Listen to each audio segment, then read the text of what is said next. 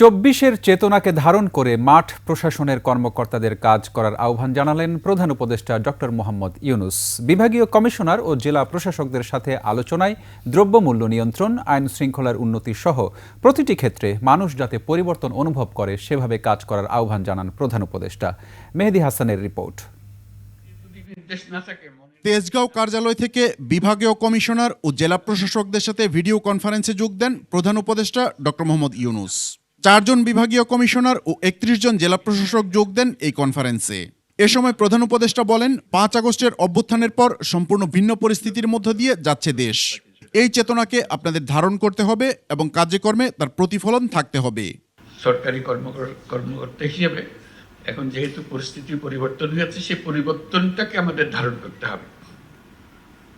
ধারণ না করলে তাহলে মনে হবে যে কি আর কিছু হলো, এই অভ্যুত্থান কিছু দেখি না এখানে, এরকম যেন মনে না।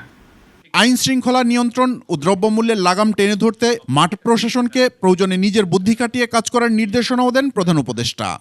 কতগুলো খুব কমন জিনিস আছে যেগুলো চায়, বা শান্তি শৃঙ্খলা চায়, আইন শৃঙ্খলা চায়, এটাকে নিশ্চিত করা। দ্রব্যমূল্যের উপরে বিশেষ নজর দেওয়া আমাদের খুব দরকার এখন, যাতে করে আমরা জানি যে এটা কোনো রকমের অসুবিধা হচ্ছে না আমাদের কাছে। পুলিশ সদস্যদের মধ্যে যারা নিরপরাধ তাদের ভয়ের কোনো কারণ নেই বলে জানান প্রধান উপদেষ্টা।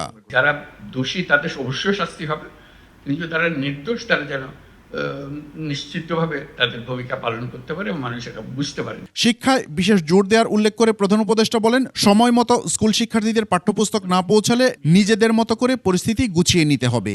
সঙ্গে সঙ্গে যাতে করে আমরা। মেহেদী হাসান, 21 টেলিভিশন, ঢাকা।